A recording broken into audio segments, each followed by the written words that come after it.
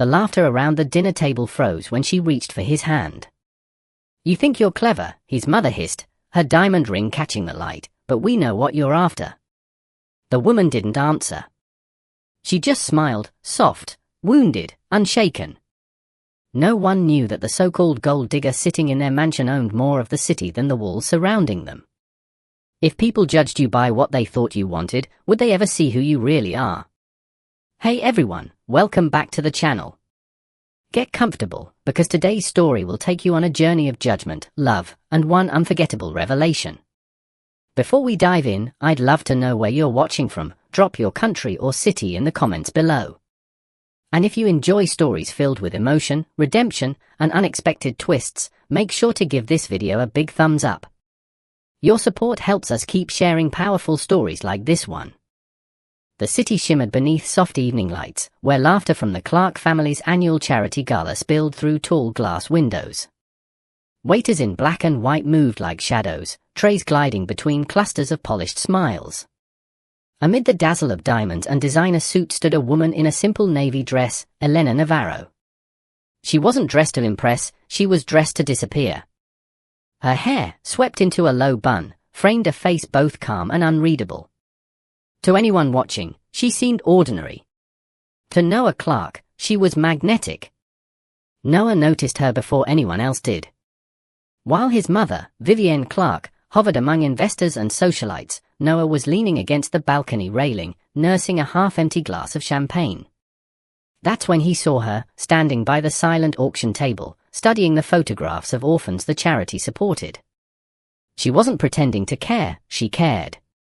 "You look like you're thinking about buying the whole wall," Noah said softly as he approached. She glanced at him, smiling politely.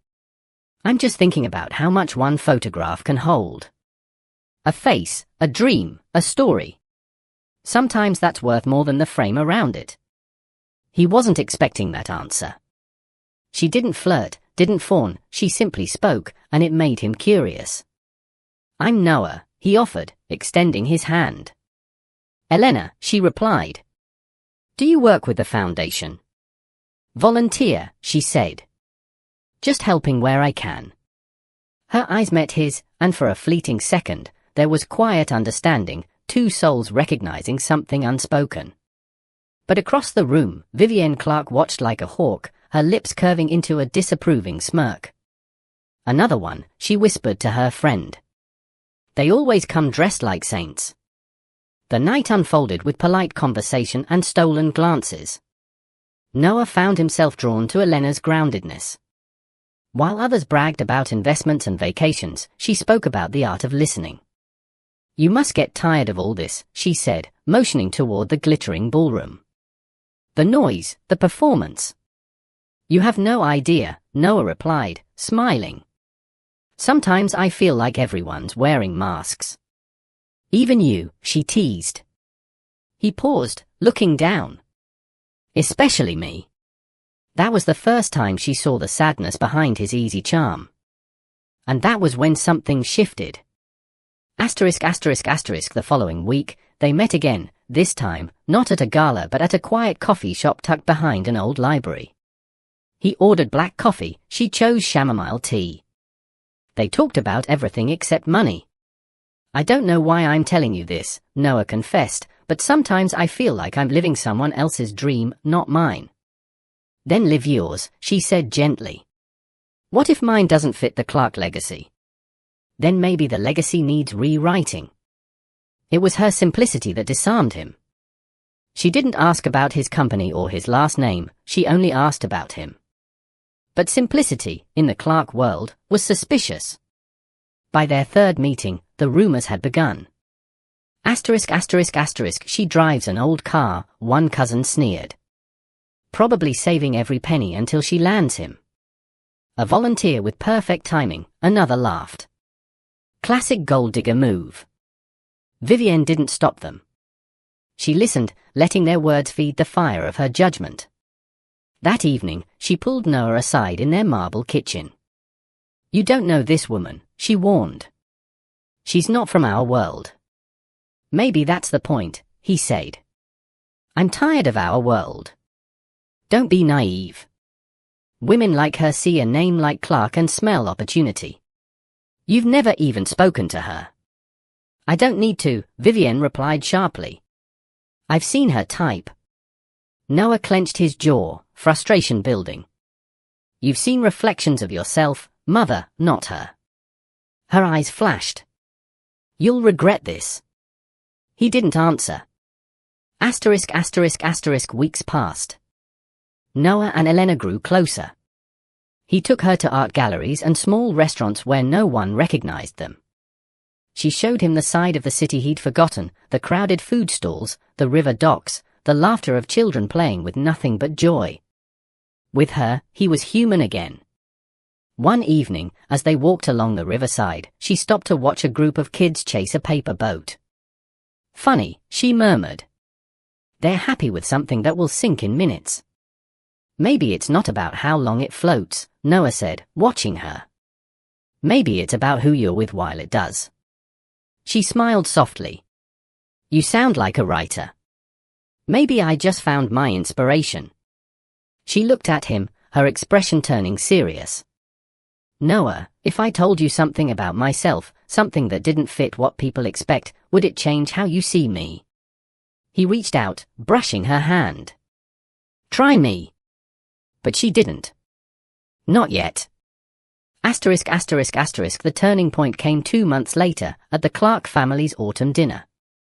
Elena was invited, reluctantly, by Noah. She hesitated before agreeing but eventually said yes. She chose a pale cream dress, elegant but modest. When she entered the grand dining room, conversations faltered. Vivienne greeted her with an icy smile. Elena, how lovely you could join us.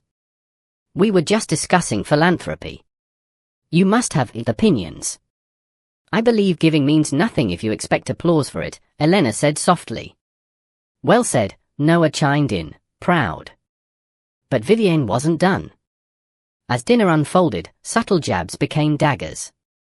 So, dear, Vivienne began, setting down her fork, what do you do exactly? Other than volunteer. I manage a few projects here and there, Elena replied carefully. Projects. Vivienne's tone was syrupy sweet. Oh, I see. Ambitious. And what's your long-term plan? Elena's calm smile didn't falter. To live a life that's mine. Across the table, a cousin snorted. Translation, find a rich man. The laughter was cruel. Noah stood abruptly. That's enough. But the damage was done. Vivienne leaned back, feigning innocence. We're just teasing, Noah. Surely Elena can handle a little family humor. Elena rose slowly, napkin trembling slightly in her hand. Thank you for dinner, she said quietly. It's been enlightening. She left before anyone could stop her. Outside, the night air was sharp. She stood by her car, tears threatening but never falling. Her phone buzzed, Noah. She didn't answer. Across the street, a vendor closed his stall, humming an old tune. She looked up at the city skyline, the same skyline she owned, though none of them knew. One day, she whispered to herself, they'll see. Noah found her hours later, sitting alone in her car outside her apartment. Elena, I'm sorry, he said. They had no right, they just said what they think. And maybe you think it too. No. I don't. Then prove it. Not to me. To yourself. She stepped out of the car and walked away, leaving him standing under the streetlight, torn between love and loyalty. That night, as rain began to fall, Elena sat by her window watching droplets race down the glass. Her reflection stared back, composed, yet tired of hiding. Beneath the quiet surface, the billionaire CEO within her stirred. She had built empires, saved companies, changed lives, yet in one dinner, they had reduced her to a stereotype. But she wouldn't let them define her. Not anymore. The city was quiet the following weekend, the kind of stillness that felt heavy, like the calm before a storm. Noah hadn't spoken to Elena since the disastrous dinner. He'd called, texted, even waited outside her apartment once, but she never opened the door. Now, standing in his office late at night, he stared at a photo of her on his desk, the two of them at the riverside, laughing, her hair tangled in the wind. It felt like a memory from another life. "She's not answering you for a reason," came a voice from behind. It was his mother. "Let her go, Noah. These things always end this way." He turned slowly. "What things?" "When people like her chase what they can't have. People like her." "Don't twist my words. You know exactly what I mean." "No, Mother," he said quietly, "I don't. But maybe that's the problem." Across town, Elena sat in her living room surrounded by papers, contracts, business proposals, emails from Navarro Holdings board. Her assistant, Mara, stood in the doorway, hesitant. "You're really not going to tell him who you are?" Elena looked up, her eyes tired but steady. "Not yet. He deserves to know, doesn't he? He deserves to see who I am before he sees what I have." Mara sighed. "And if he never does? Then maybe he wasn't meant to." Days turned into weeks. Their silence became a weight neither could carry much longer. One late afternoon, Noah walked into the same coffee shop where they'd first talked about rewriting legacies. To his surprise, Elena was there, sitting in their old corner, sipping tea. She looked up as he approached, her expression unreadable. "You still come here?" he asked softly. "I like the quiet. I've been looking for you." "I know." The air between them felt fragile. "You left that night without saying goodbye," he continued. "I didn't know what to say," she whispered. "Your family said enough for both of us." "I'm sorry." "You keep saying that." Her voice wasn't angry, it was tired. "Do you even know what you're sorry for?" "For not protecting you." "I didn't need protection, Noah. I needed faith." That hit him harder than he expected. "You think I don't believe in you?" "I think you don't know what to believe in," she said, standing. "And until you figure that out, there's no space for me." She started toward the door but stopped. "I never wanted your money," she said without looking back. "Just your honesty." Then she left, leaving him standing in the echo of her words. The next morning, the tabloids had a new headline: Clark family business faces financial scandal, possible bankruptcy looms. Noah's stomach dropped as he read. His father's risky investments had backfired, and the Clark empire was unraveling. Phones rang non-stop. Investors panicked. Vivienne barked orders into her phone, her calm cracking for the first time. "We need a miracle," she muttered. "We need a savior." Noah couldn't help but think of Elena, her steadiness, her quiet wisdom. He wanted to call her, but pride chained him. That evening, Elena sat in her office, her real office, at Navarro Holdings, the global company she secretly ran. The city glittered outside her penthouse windows. Her CFO entered with a folder. "The Clark Group," he said, placing it on her desk. "They've reached out for emergency investment. Their assets are collapsing." She stared at the file without touching it. "So it's come to this. Should we proceed?" "Not yet," she said softly. "Let them sweat. I want to see how far they'll go to save themselves." Her tone wasn't cruel, it was controlled. "And Noah Clark?" to the CFO asked. She looked down, tracing her finger along the edge of the file. "He doesn't know who I am. And maybe that's the only reason I still care." 2 days later, Vivienne arranged a meeting with potential investors to discuss a buyout. She didn't know one of the most powerful investors on her list was none other than Elena Navarro herself, operating under her company's name. Elena decided to attend, anonymously, sending her legal advisor ahead to represent Navarro Holdings. But fate had other plans. Just as the meeting began, Vivienne's assistant approached nervously. "Mrs. Clark, Navarro Holdings has requested to meet the family representative directly." Vivienne frowned. Now. Immediately. Fine, she sighed. Noah, go handle it. Impress them. Noah straightened his tie, unaware of who waited behind the boardroom door. Asterisk asterisk asterisk inside the conference room, Elena stood by the window, her back to the door, watching the rain streak across the glass. When Noah entered, he froze. Elena? She turned slowly. Hello, Noah. What are you doing here? I'm here representing Navarro Holdings. He blinked in disbelief. You work for them. Something like that. His pulse quickened. Why didn't you tell me?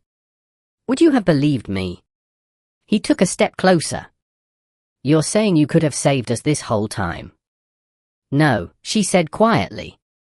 I'm saying you never asked who I was, you only assumed who I wasn't. That's not fair. Isn't it? Her eyes glistened. You let them call me names. You let them laugh at me.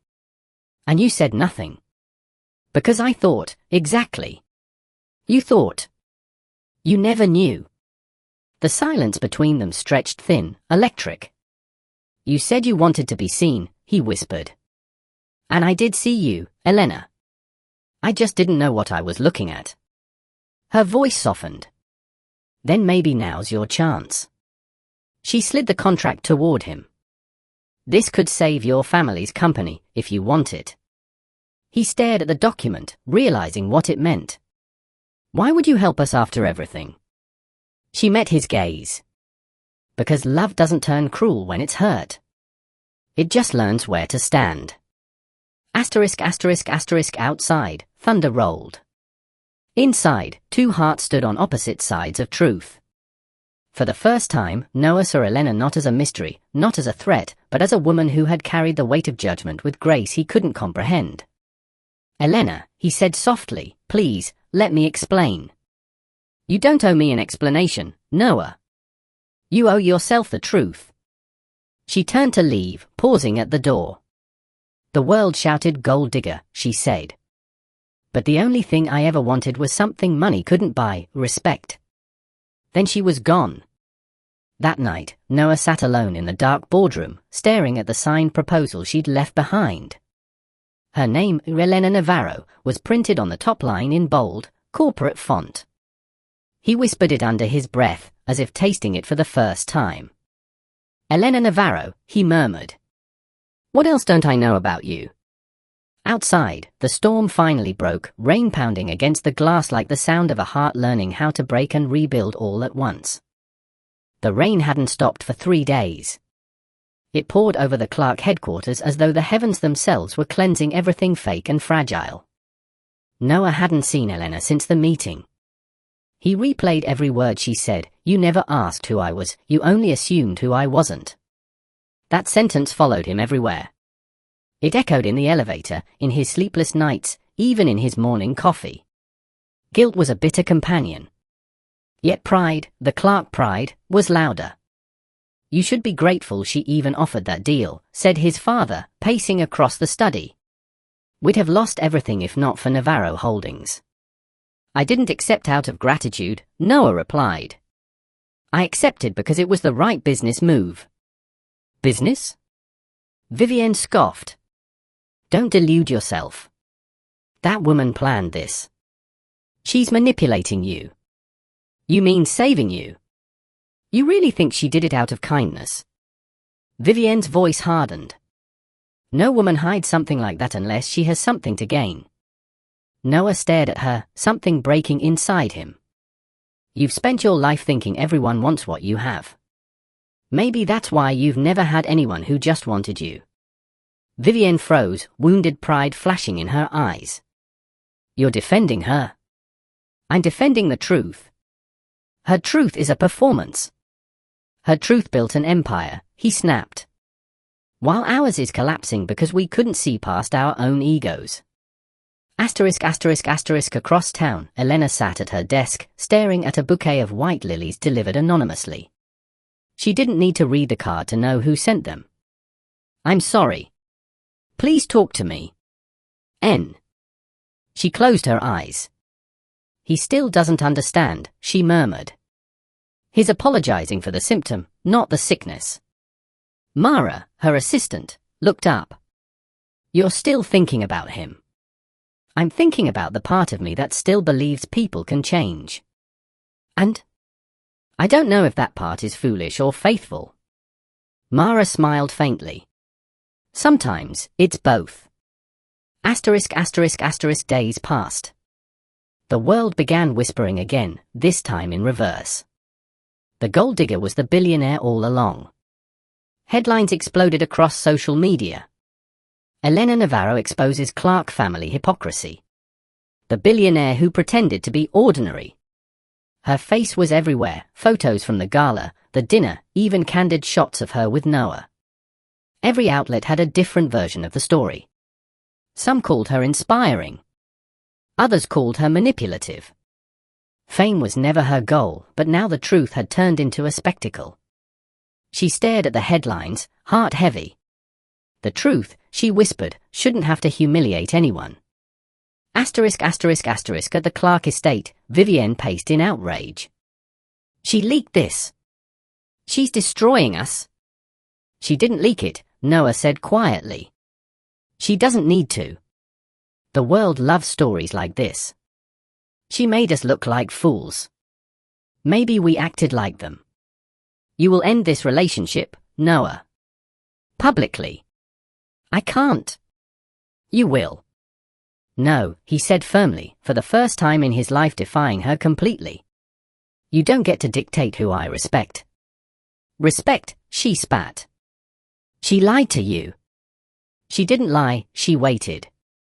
Because she wanted to know if I loved her for her. And did you? He hesitated. The silence said enough. You can't even answer, Vivienne said coldly. That's all I needed to hear. She walked away, heels echoing down the marble floor like a closing verdict. ***** Later that night, Noah found himself outside Elena's office building. It was late, lights off, except for one glowing on the top floor.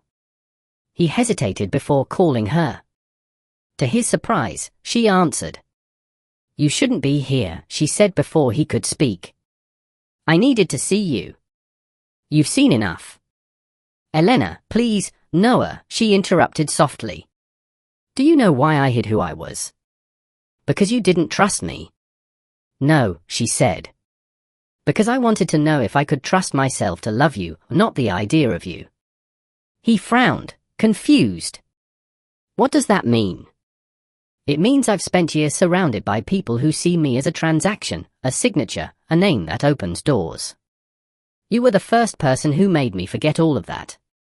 I didn't want to lose that illusion, that maybe, for once, someone loved me without a price tag. Elena, but illusions don't last, she whispered. You saw what the world did the moment it learned who I was. You didn't protect me, Noah. You joined their silence. He tried to speak, but words failed. I can't fix what I didn't know how to understand, he said finally. But I want to try. Trying isn't enough, she replied. Not when the foundation was cracked from the start. She hung up, leaving him in the cold night air. ***** In the days that followed, both tried to move on, and failed miserably. Noah buried himself in salvaging the Clark business, working day and night beside lawyers and accountants. But every time he signed a document with Navarro Holdings letterhead, guilt clawed at him. Elena buried herself in philanthropy, launching initiatives to empower women entrepreneurs. Yet every event, every speech, felt hollow. Something was missing, or rather, someone. One evening, Elena stood before a mirror before attending a charity gala. She wore a crimson dress, bold and commanding, the opposite of the modest blue she'd worn at the first gala. Mara adjusted her necklace. You look powerful, she said. I don't feel powerful, Elena admitted. I feel unfinished. Maybe because some stories don't end with winning, Mara replied. They end with forgiving. Elena smiled faintly. Forgiving doesn't mean forgetting. No, Mara agreed, but it means you stop reliving it. Meanwhile, Noah arrived at the same gala, not by invitation, but by intention. He'd heard she would be there. The room buzzed when she entered. Cameras flashed. Whispers followed. That's her. The billionaire who fooled them all. Genius move. She ignored them, poised as ever. When she turned and saw Noah across the room, her breath caught. For a long, quiet moment, their eyes locked, the world fading into silence. He didn't approach immediately. He waited until the music softened, then crossed the floor. You look, he began, unsure if he should finish. Different. So do you, she said softly. I had to, he admitted. Losing everything changes you. Did you lose everything? Almost. But maybe I needed to. She studied him, noticing the weariness in his eyes. Why are you here, Noah? Because I still believe not everything we broke has to stay broken. Her expression softened, but only slightly. Sometimes broken things teach us what never to break again. Or how to build something better, he countered. The orchestra swelled, lights shimmered on her face. She sighed. You always did believe in redemption. Because you showed me what it looks like. And yet you doubted me. I know. Then why are you here? He swallowed. Because despite everything, I can't stop hoping. The silence between them was electric, too full to break, too fragile to sustain. She looked away. Hope isn't enough, Noah. Not yet. She turned and walked toward the exit, leaving him standing in the middle of the ballroom as the music continued to play, two people dancing apart, bound by everything unsaid. Outside, she stepped into the cool night air. For the first time, she allowed a single tear to fall. It wasn't sadness anymore. It was release. Inside, Noah watched her leave through the glass doors. He didn't chase her. Not this time. He knew some distances couldn't be crossed with words, only with time. The following month, the city was buzzing with headlines about a shocking corporate merger proposal. Navarro Holdings was considering acquiring the Clark Group in a last attempt to rescue it from total collapse. Every major media outlet ran the same question: would the billionaire who was once called a gold digger now own the very family that humiliated her? The story was too poetic to ignore. For Elena, it was never about revenge. She didn't want to own them, she wanted closure. Yet business had its own laws, and sometimes, fate disguised itself in contracts. Inside Navarro Holdings' boardroom, lawyers shuffled papers while Elena stood at the head of the table, her hands clasped behind her back. If this deal proceeds, one advisor said, the Clark Group will operate under our oversight for at least 5 years. Noah Clark has been named interim CEO to manage restructuring. That means you'll be working directly with him. The words hit her like a quiet storm. She masked it instantly. Proceed with the integration, she said. Keep everything professional. Mara, her assistant, hesitated. Professional, she asked softly when the others left. You think that's possible? It has to be, Elena replied. The board doesn't know the history. If I let my emotions lead, I'll destroy everything I've built. And if you don't, then I'll destroy myself. 2 days later, the merger was signed. Elena and Noah were officially partners, business partners. Their names appeared side by side in every financial article, their photos placed next to headlines like Love Lost, Power Gained. The public was obsessed, investors nervous, and both of them painfully aware of the irony. Their first meeting post-merger was held in a glass conference room overlooking the city. He arrived early. She arrived exactly on time. The air thickened the moment their eyes met. Miss Navarro, he greeted formally. Mr. Clark. I suppose congratulations are in order, he said, forcing a half smile. For the merger, she replied coolly. Not for us. Silence stretched between them, taut as wire. He exhaled. You look stronger. That's what happens when people mistake silence for weakness. I never thought you were weak. You thought I was poor. His jaw tightened. That's not fair. Neither was what your family did. I know, he said softly. And I'm still paying for it. She met his gaze for a fraction too long. Good, she whispered. Maybe then you'll understand the cost of dignity. Asterisk. Over the next weeks, their proximity became unbearable. Every meeting, every press conference, every strategy session, side by side, yet galaxies apart.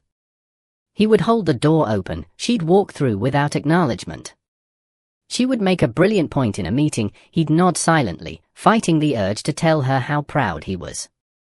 At night, he'd stare at his phone, typing messages he never sent. I miss you.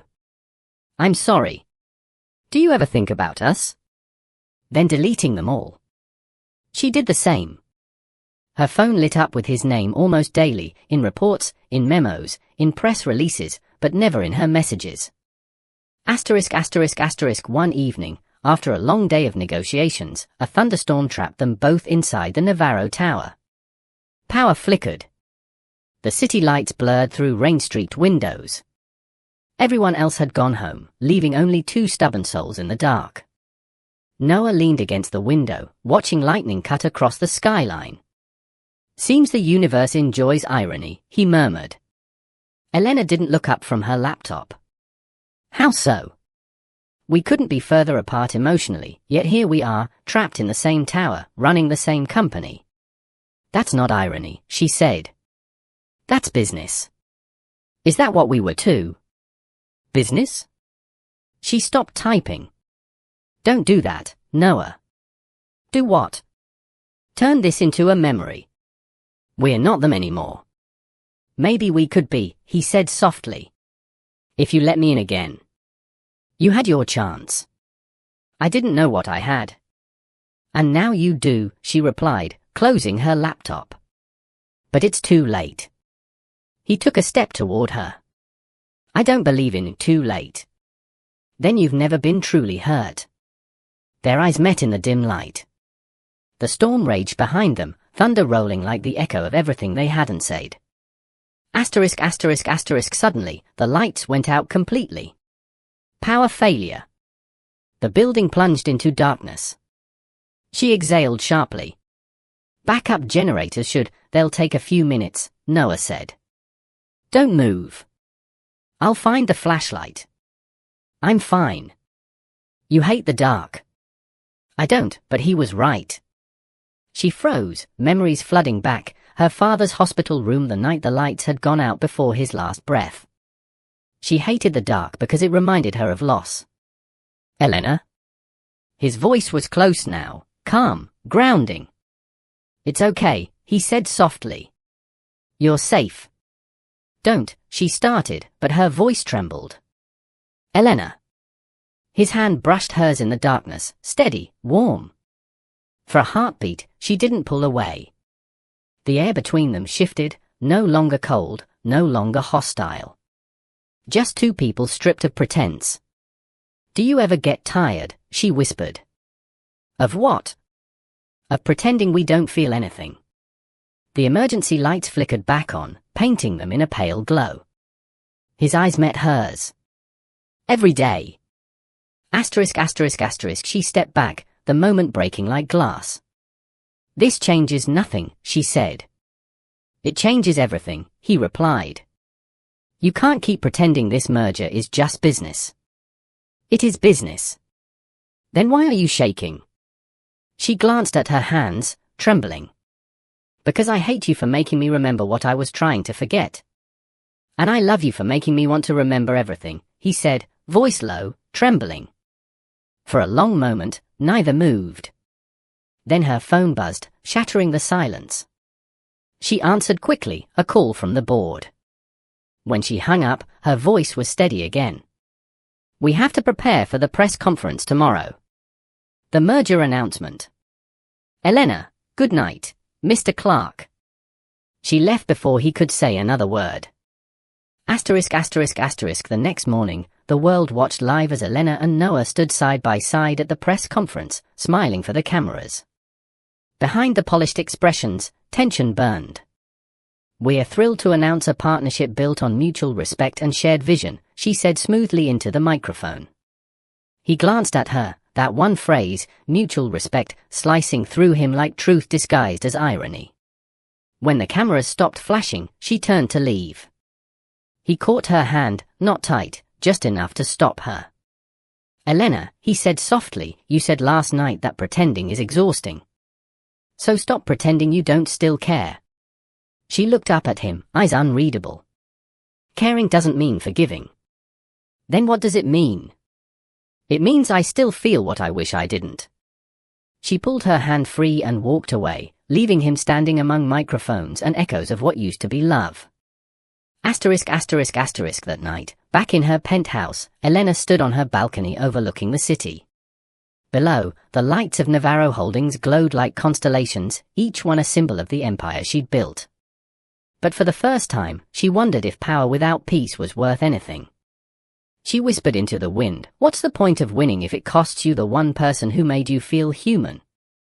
And somewhere across the city, Noah sat by his window asking himself the same question. The week after the merger announcement felt like walking through smoke. The world applauded their partnership, but inside both of them, something burned quietly. Elena threw herself into work, reviewing contracts late into the night, refusing to feel. Noah, meanwhile, visited every division of the Clark Group, trying to restore faith in a name now synonymous with scandal. Their paths kept crossing, in meetings, interviews, boardrooms, every encounter polite, cold, and filled with unsaid words. One evening, as the sun bled into the skyline, Elena found herself in the archives room of Navarro Holdings, sorting through old company files. She hadn't been there in years. Dust hung in the air like faded memories. She reached for a leather folder labeled Navarro Legacy Projects, 2015. Inside was a photograph, her father, smiling beside a younger version of herself. Her throat tightened. Beneath the photo was a document signed in Noah's father's handwriting, Clark Industries Contractual Breach Settlement. Her heart skipped. She hadn't seen this before. The file detailed a broken partnership years ago, one that nearly bankrupted her father's company. The Clarks had betrayed them once before. The revelation hit hard. Her father had forgiven the Clark family quietly, refusing to let bitterness define him. He'd taught her compassion, not vengeance. "Never let wealth harden your heart," he'd said once. "Money builds walls, love tears them down." She had forgotten that. Maybe she'd let pain become her inheritance instead of peace. The next morning, Noah arrived at her office unexpectedly. "You're early," she said, glancing up from her desk. "Couldn't sleep," he admitted. "There's something I need to say." She gestured for him to sit, though her expression stayed unreadable. "I found something," he began. "My father's old records. I know what he did to your family." Her eyes flickered. "You found that?" "Yes." "The contract? The betrayal?" "He told me once that he made a business decision that cost him a good man's trust. I didn't know that man was your father." Silence filled the room. "Elena," he continued softly, "I'm sorry. For what my family did. For what I did. You deserved honesty long before now." She stood slowly, crossing to the window. "Do you believe in generational curses, Noah?" "I don't know. Because sometimes," she said, voice trembling, "I think we inherit more than wealth. We inherit wounds. Our father's sins, our mother's fears. And no matter how much we try to escape, they find us. Maybe we can break them," he said. "Maybe that's what we're here for." She turned, meeting his gaze. "You still think everything can be fixed?" "Not everything," he said softly. "But some things are worth trying for." That night, rain fell again, as if the sky was listening to their confessions. Elena sat alone in her penthouse, holding the photograph of her father. "What would you do, Papa?" she whispered. "Would you forgive them again?" Her father's voice echoed in memory. "Kindness isn't weakness, Elena. It's strength disguised as grace. She closed her eyes, tears slipping down. For the first time, she didn't feel like a CEO. She felt like a daughter trying to remember how to love without fear. Meanwhile, Noah visited his childhood home. The Clark estate, once a symbol of pride, now felt haunted by silence. His father sat in the study, older, quieter, humility replacing arrogance.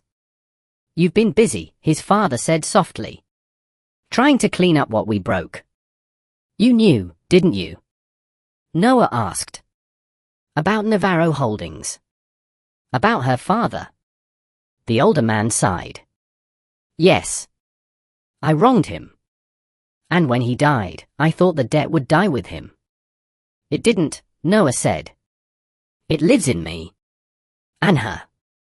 His father nodded. "Then make peace with her, son. Don't repeat my mistake. I chased power until it cost me friendship. Don't chase pride until it costs you love." Noah swallowed hard. It might already have. His father looked at him with sad eyes. "Then start there." Days later, a gala was held to celebrate the official launch of the Clark Navarro Foundation, a charity initiative meant to symbolize unity between their companies. For Elena, it was a PR necessity. For Noah, it was an emotional battlefield. The ballroom glittered with elegance, but tension hummed beneath the laughter. As she stood by the stage reviewing her speech, Noah approached quietly. "You look beautiful," he said softly. She didn't look at him. "Thank you. I read your foundation proposal," he said. "Empowering women in business. It's inspiring." "It's necessary," she replied. "No one should be silenced the way I was." "You were never silent," he said. "You were just surrounded by people who didn't know how to listen." She finally turned to him, eyes soft but guarded. "Noah, what are we doing?" "Trying," he said. "For what?" "For redemption." "Yours or mine?" "Both." The host called her name. She walked to the podium, heels clicking softly. The crowd hushed. "Good evening," she began. "Tonight, we celebrate second chances, not just in business, but in humanity. We live in a world quick to judge, slow to understand. I've learned that true power isn't about wealth. It's about grace, the ability to rise above what was meant to break you." Her voice faltered slightly. "I once believed that silence was strength. But silence can also be surrender. So tonight, I choose to speak, not just for myself, but for anyone who's ever been mislabeled, misunderstood, or misjudged." The audience erupted in applause. But her eye sought only one face in the crowd, Noah's. When she stepped down, he met her halfway. "You said grace," he murmured. "You meant forgiveness." "Maybe," she said softly. "Maybe not yet." He nodded. "I'll wait." "For what?" "For when maybe turns into yes."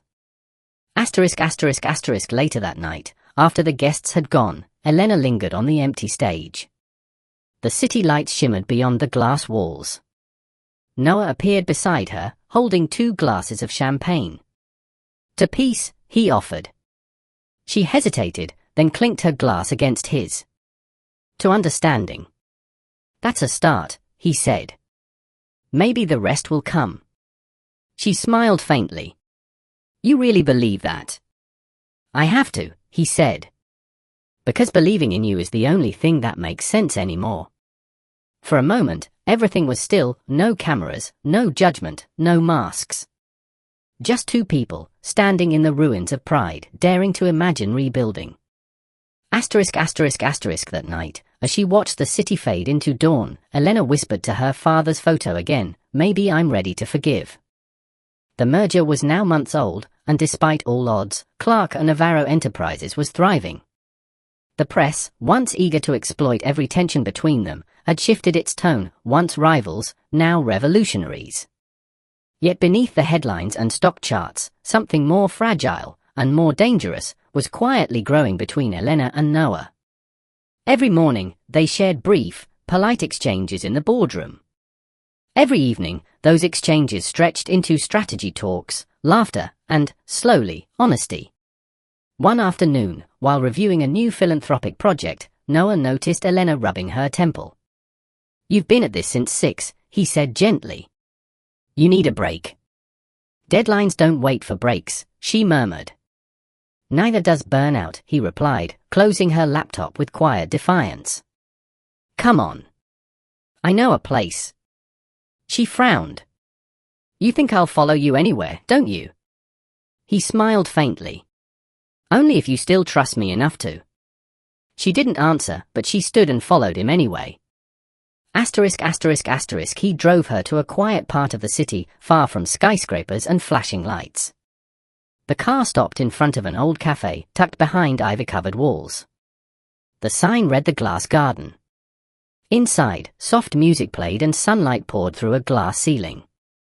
The scent of coffee and baked bread filled the air. "You brought me to a cafe," she said, raising an eyebrow.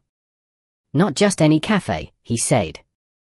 "My mother used to bring me here before everything got complicated. It's where I learn people can sit in silence and still feel understood." For the first time in a long time, she smiled, not the poised CEO's smile, but something gentler. They ordered tea, sat in a quiet corner, and for once, the conversation wasn't about profit margins or press coverage. It was about them. "Do you ever wish things had gone differently?" he asked after a pause. "Sometimes," she said. "But if they had, I wouldn't have become who I am now." "And who are you now?" "Someone who doesn't need to prove her worth to anyone. Not even to me. Especially not to you." He nodded, looking down at his cup. "You know, I used to think love was about possession, about keeping someone close so you don't lose them. But maybe love is just giving someone space to breathe."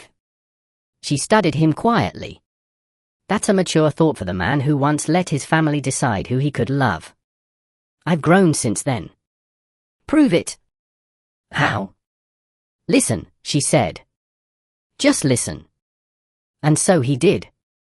She told him about her father's death, the loneliness of rising to the top only to find the view cold and quiet. She spoke of nights she'd cried in silence, fearing that her success would never be enough to fill the void of being unloved.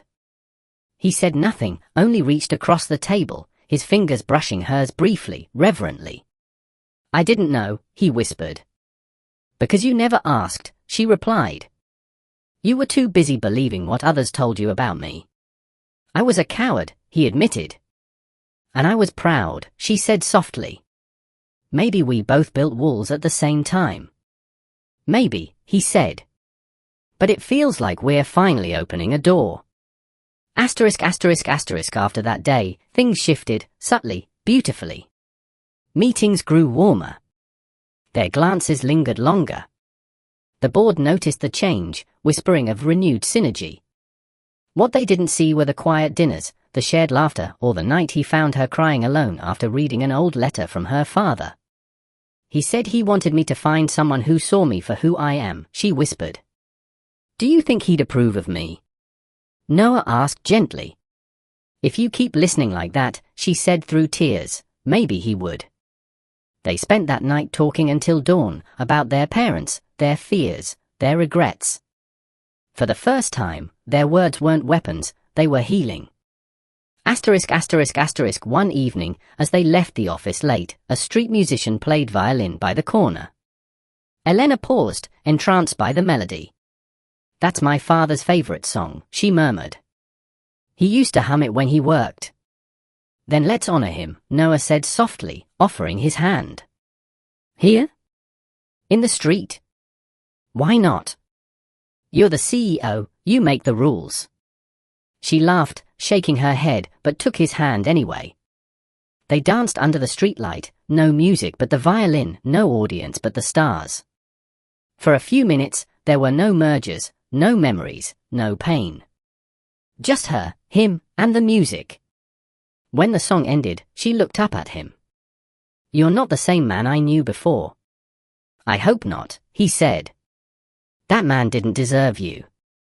"And this one?" she asked softly. "He's trying." She smiled. Then maybe he's getting closer. Days later, Elena invited Noah to her father's old workshop, a small, untouched space behind her family estate. Dust covered the tools and blueprints, but the air still held her father's presence. "I haven't been here in years," she said. "It used to hurt too much. And now? Now it reminds me why I started everything." He wanted me to build, not to fight. Noah walked to a wooden bench and picked up a small metal bird sculpture. "Did he make this?" "Yes. He said it was for me, to remind me to fly, even when people tried to cage me." He turned it gently in his hand. "Then maybe it's time to fly again." She smiled faintly. "Maybe you're right." They spent the rest of the day cleaning the space together. Laughter echoed against the walls, memories unfolding like sunlight through dusty glass. By the time evening fell, the workshop looked alive again, like a second chance. "You know," Noah said quietly as they locked up, "I used to think redemption came with grand gestures. But I think it's moments like this, quiet, honest, real." "Maybe redemption isn't about fixing what's broken," Elena said. "Maybe it's about learning to live with the cracks." That night, as she stood at her window overlooking the city, she realized she wasn't thinking about revenge or pain anymore. She was thinking about hope, cautious, fragile, but alive. The fragile piece that had begun to form between Elena and Noah was something neither dared to define. It was like walking on glass, beautiful, dangerous, and bound to break if they weren't careful. But as their companies flourished and the media hailed them as the power duo of the decade, the past they thought they'd buried began to claw its way back to the surface. It started with a leak. A business news outlet published a confidential document, a copy of the original Clark and Navarro acquisition proposal. The article twisted the facts, claiming Elena had orchestrated the merger not to save Clark Group, but to humiliate her ex-lover and exact revenge on the family who called her a gold digger. Within hours, her inbox exploded. Headlines blared. Billionaire CEO's secret revenge plot? Elena Navarro, hero or hypocrite? Investors panicked. The board demanded answers. And Noah, the one person she hoped would defend her, remained silent. When he finally showed up at her office, she was standing by the window, staring at the city below like it was collapsing in slow motion. "Say something," she whispered without turning around. He exhaled. "I'm trying to understand." She spun around, eyes blazing. "Understand? Or believe what they're saying?" "Elena, these documents are forged," she snapped. "You think I'd destroy my own company just to get back at you?" He hesitated. It was barely a pause, a flicker of doubt, but she saw it. And it was enough. Her voice cracked, softer now. "You do think that?" "No," he said quickly. "You just what?" she demanded. "You still think I'm that woman? The one your family called a gold digger? After everything?" "Elena, I'm just asking questions." "Noah," she interrupted, her tone shaking, "you're repeating history." The silence that followed was suffocating. He took a step toward her. "I don't want to lose you again." "Then why do you keep finding ways to?" He reached for her hand, but she pulled away. "You could have defended me," she said. "You could have told the board, the press, the world, that I built everything with integrity. But you didn't. You froze. Just like before." He swallowed hard. "I didn't want to make it worse." "You made it worse by doing nothing." The next day, she called an emergency board meeting. She sat at the head of the table, calm but hollow-eyed. "Until the investigation clears, I'll be stepping back from all public appearances. The company's reputation matters more than mine." Noah watched in silence as she spoke, watched the woman he loved shrink behind corporate armor again. When the meeting ended, he tried to follow her out. "Elena, please." "Don't," she said, voice like glass. "You taught me that trust is fragile. I won't drop it again." Days passed. The city buzzed with speculation. Noah tried everything: calls, messages, letters, all unanswered. He even showed up at her penthouse one night, drenched from rain, begging the doorman to let him in. She said she's not accepting visitors, the guard told him softly. Tell her I'm sorry. She heard you. And the door stayed closed. Inside, Elena stood by the window, listening to the sound of thunder. Mara approached quietly. He's outside again, she said. Elena's voice was barely a whisper. I can't see him. If I see him, I'll forgive him. And that's a bad thing. It is, she said, tears welling. Because forgiveness without trust is surrender. She turned away from the window, gripping her father's photo to her chest. I built my empire to never feel small again. And right now, he makes me feel small. Meanwhile, Noah's world began to crumble too. The board questioned his leadership. Investors doubted his stability. And his father, the man who had once ruined Elena's family, sat in his study, watching his son unravel. Now you understand, his father said quietly one night. The cost of pride. Noah looked up. What do you mean? You wanted redemption, the older man said. But redemption doesn't come with applause. It comes with pain. I don't care about redemption, Noah said. I just want her back. Then fight for her. Not with words. With truth. A week later, a forensic audit revealed the truth: the leaked documents had been forged by a rival company trying to tank the merger. The press retracted its story. Elena's name was cleared. But by then, something deeper had broken, not her reputation, but her heart. When Noah went to her office with the news, she barely looked up. It's over, he said softly. You were right. You've been innocent all along. She closed her laptop slowly. And yet, you doubted me. I didn't mean to. But you did, she said. For one moment, you looked at me and saw the girl your mother accused me of being. That moment is all it took. He stepped closer. Then let me earn back your faith. Faith isn't earned with apologies, she said. It's earned with time. And I don't have any left to give. Her words trembled, but her posture didn't. She walked past him, out of the office, out of the company, out of the life they'd almost rebuilt. That night, he stood alone in the empty boardroom, staring at her chair across the table. Every echo of her voice in that space felt like a ghost. He whispered to the emptiness, you said forgiveness was grace. But what's grace without you in it? Across the city, Elena sat on her balcony again, the skyline reflected in her tear-streaked eyes. I thought love was supposed to make me stronger, she murmured. But all it did was remind me how fragile I still am. For the first time since her father's death, she allowed herself to sob, not from anger, but from heartbreak. The city moved on, but Elena and Noah didn't. Weeks passed, filled with polite press statements, empty schedules, and quiet nights. The world saw two successful CEOs, but behind the polished smiles, they were ghosts, haunting the edges of what might have been. Elena kept herself busy, new projects, endless meetings, late-night flights. But exhaustion became her only companion. She stopped laughing, stopped dreaming. Her apartment, once full of light, felt colder now, even with the city glowing below her window. One night, as she sat on her couch surrounded by open documents, Mara entered quietly. You haven't eaten in 2 days, her assistant said gently.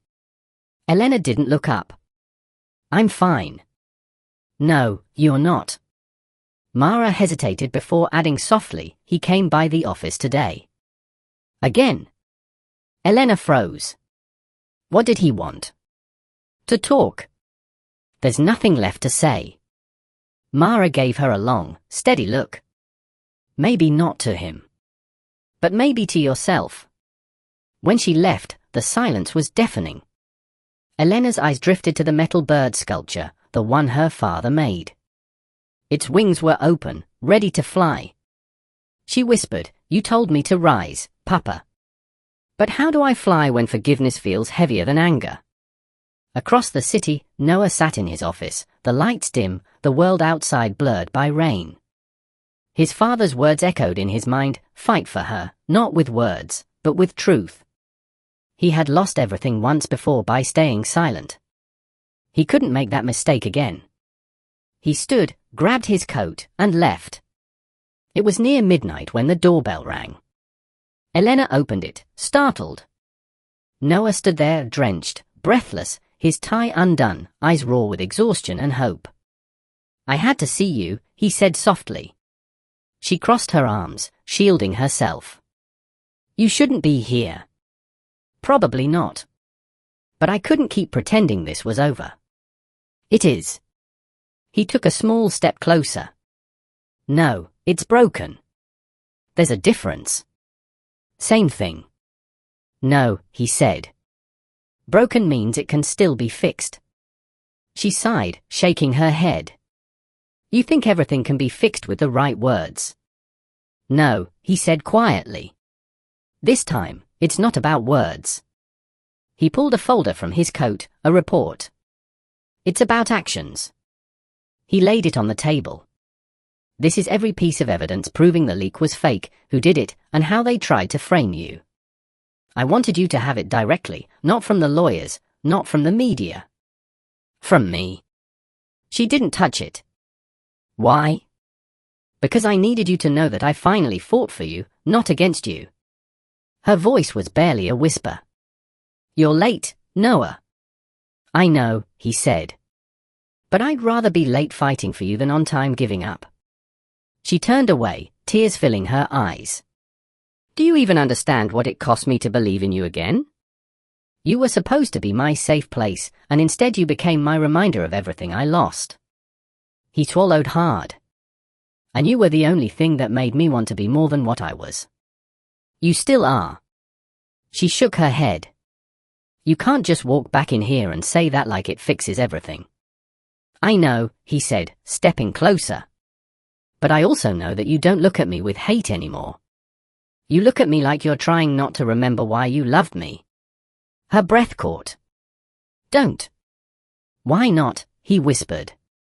"Because if I say it, you'll remember too." Her voice broke. "Because if you say it, I might forgive you." He reached out, gently, slowly, and took her hand. "Then forgive me. Not because I deserve it. Because you deserve peace." For a long moment, there was only silence, just their breathing and the hum of the city outside. Finally, she whispered, "You hurt me more than anyone ever has." "I know." And yet, she looked at him, eyes glistening. "You're still the one I think about when I'm scared." His throat tightened. "Then maybe that means something." She exhaled shakily, tears spilling now. "It means I'm tired of being angry." "Then let it go," he said softly. "Let it go, Elena. Not for me, and for you." She closed her eyes. For the first time in years, she didn't think about pride, or power, or control. She just thought about love, flawed, human, real. When she opened them again, she whispered, "Okay." And just like that, forgiveness, quiet and unspoken, passed between them like light breaking through a storm. He smiled through tears, brushing his thumb over her hand. "So what now?" She looked up at him. "Now we start over. But this time, no secrets. No pride. No masks," he added. She nodded. "Just us." Weeks later, the Clark and Navarro Foundation held another event. But this time, the cameras caught something different, laughter, warmth, and a quiet glance between two people who had found peace in each other again. As Elena took the stage, she looked out over the crowd and found Noah's face in the audience. Her voice trembled only slightly as she said, "Sometimes life gives you the same test twice, once to break you, and once to see if you've learned. I failed it the first time. But the second time, I chose love." The crowd applauded.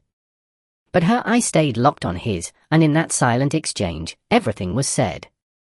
Later that night, they stood together outside under the city lights. "So," Noah said softly, "are we good?" She smiled faintly. We're better than good. We're free. Free? From the past, she said. From fear. From pretending we don't care. He laughed quietly.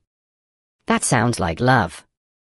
It sounds like peace, she said, resting her head against his shoulder. And maybe that's the same thing.